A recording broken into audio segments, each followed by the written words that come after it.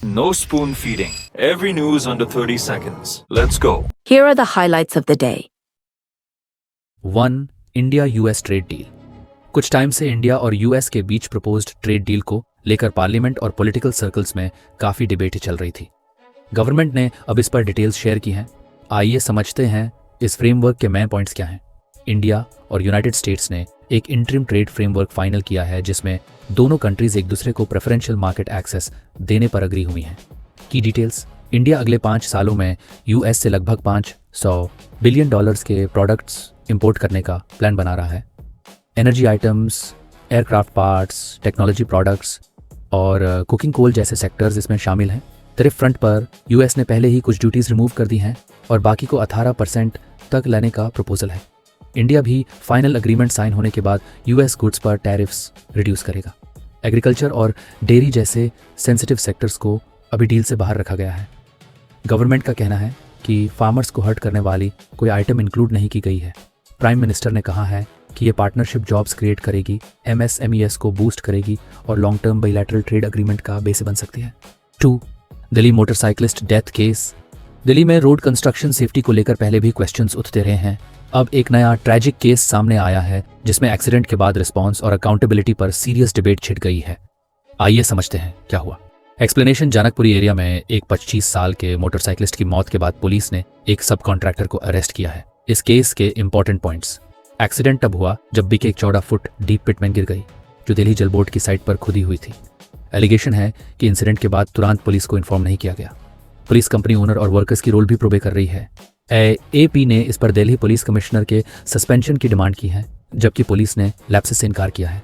Incident के बाद chief secretary ने पूरे शहर में कंस्ट्रक्शन साइट्स का सेफ्टी रिव्यू ऑर्डर किया और डिपार्टमेंट्स को 3 दिन के अंदर रिपोर्ट सबमिट करने को बोला है। 3. FNT agreement.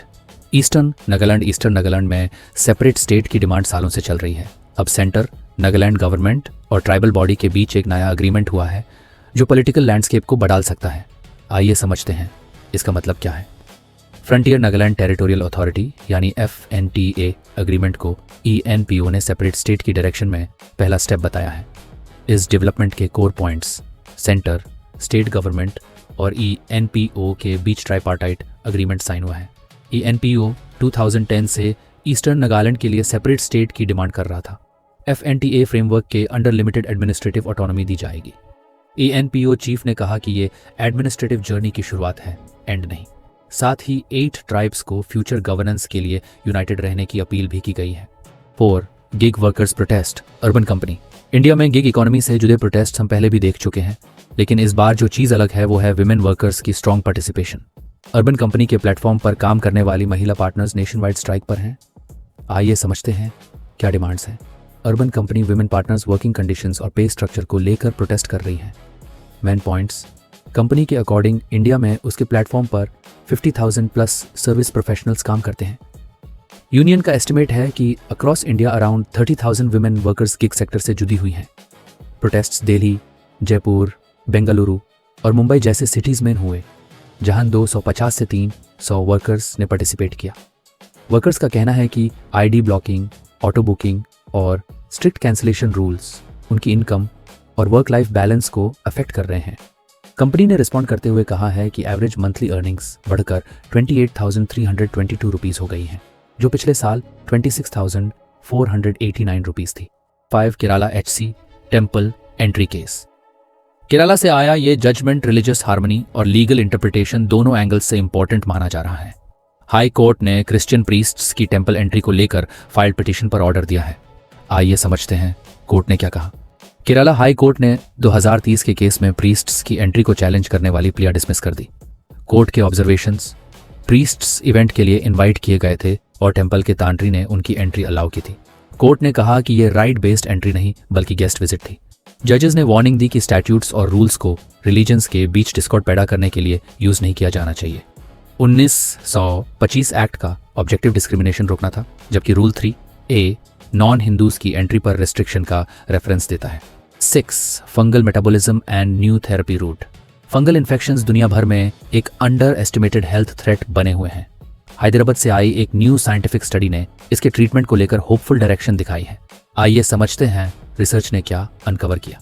CSIRCCMB हैदराबाद के साइंटिस्ट्स ने फंगल इन्फेक्शंस के अगेंस्ट एक प्रॉमिसिंग थेरेपी रूट आइडेंटिफाई किया है।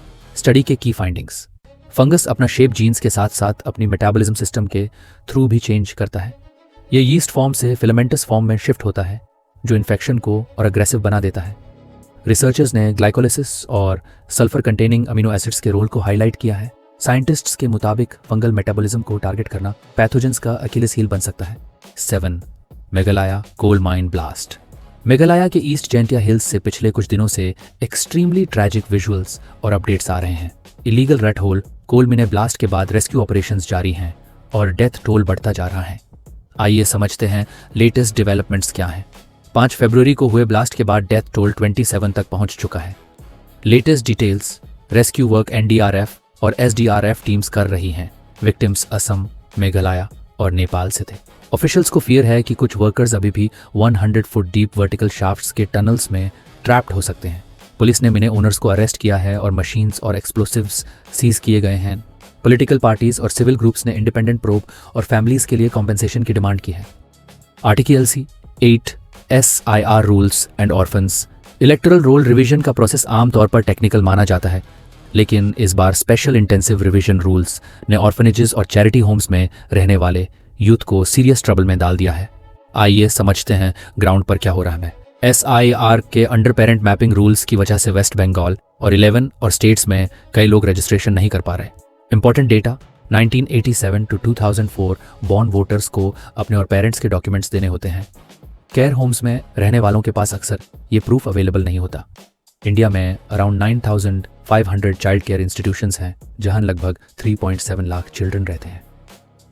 इलेक्शन कमीशन ने बोला है कि ऑर्फनेज का नाम पेरेंट्स कॉलम में लिखा जा सकता है, लेकिन डिटेल्ड गाइडलाइंस ना होने से कंफ्यूजन क्रिएट हो रहा है। आर्टिकल 9 कुनो नेशनल पार्क। चीटा कब्स।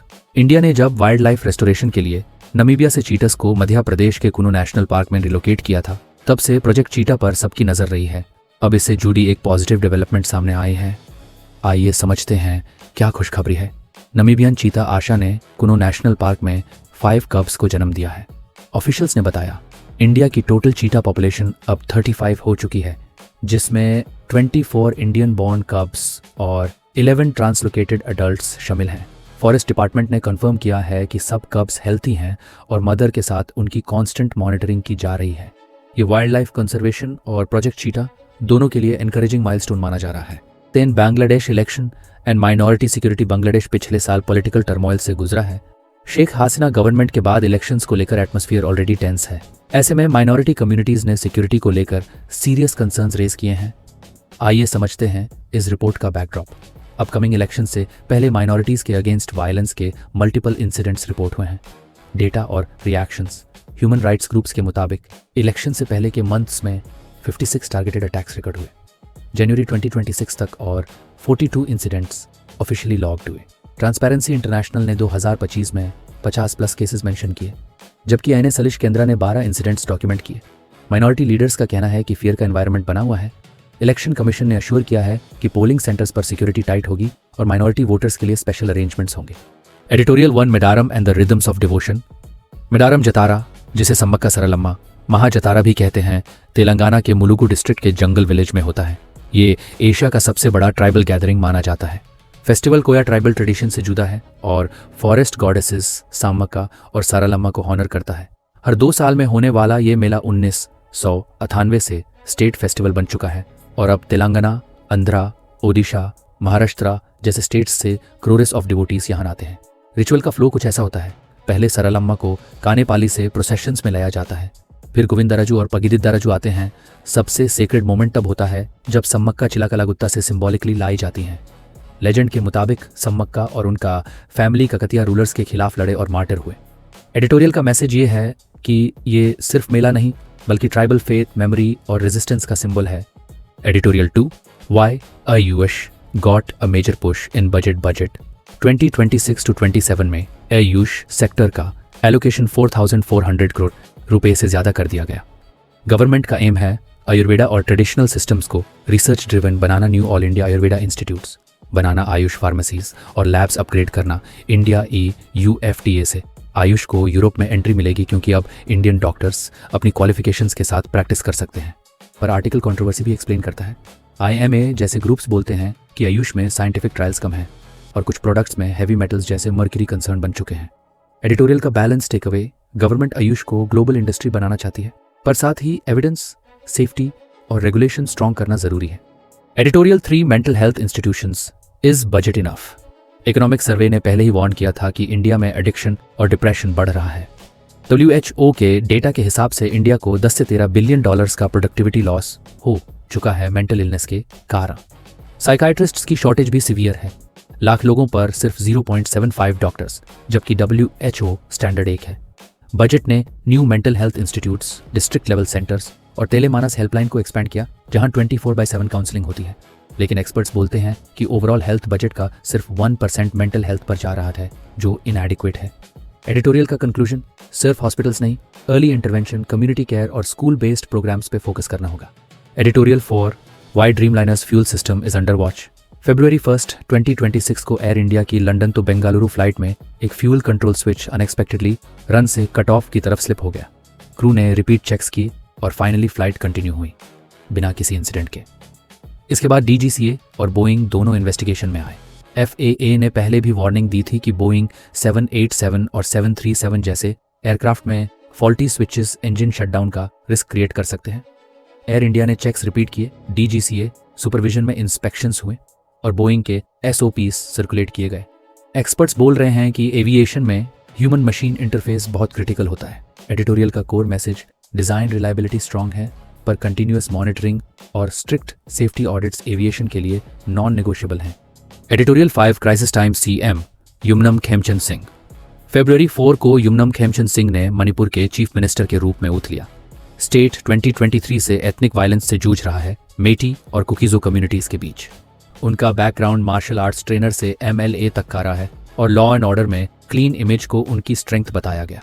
सेंटर ने उन्हें प्रेसिडेंट्स रूल के बाद अपॉइंट किया ताकि कॉन्स्टिट्यूशनल एक्सटेंशन अवॉइड हो सके। उन्होंने कुकीजो रिलीफ कैंप्स विजिट किए और रिकंसिलिएशन का मैसेज दिया, पर पॉलिटिकल चैलेंज भी हैवी है। डिप्टी CMS अलग कम्युनिटीज से हैं, सिविल सोसाइटी प्रेशर बना रही है, 2027 इलेक्शंस नज़र में हैं। एडिटोरियल का क्लोजिंग लाइन, नए CM के लिए सबसे बड़ा टास्क है ट्रस्ट रिबिल्ड करना, वायलेंस हील करना और गवर्नेंस स्टेबिलिटी लाना।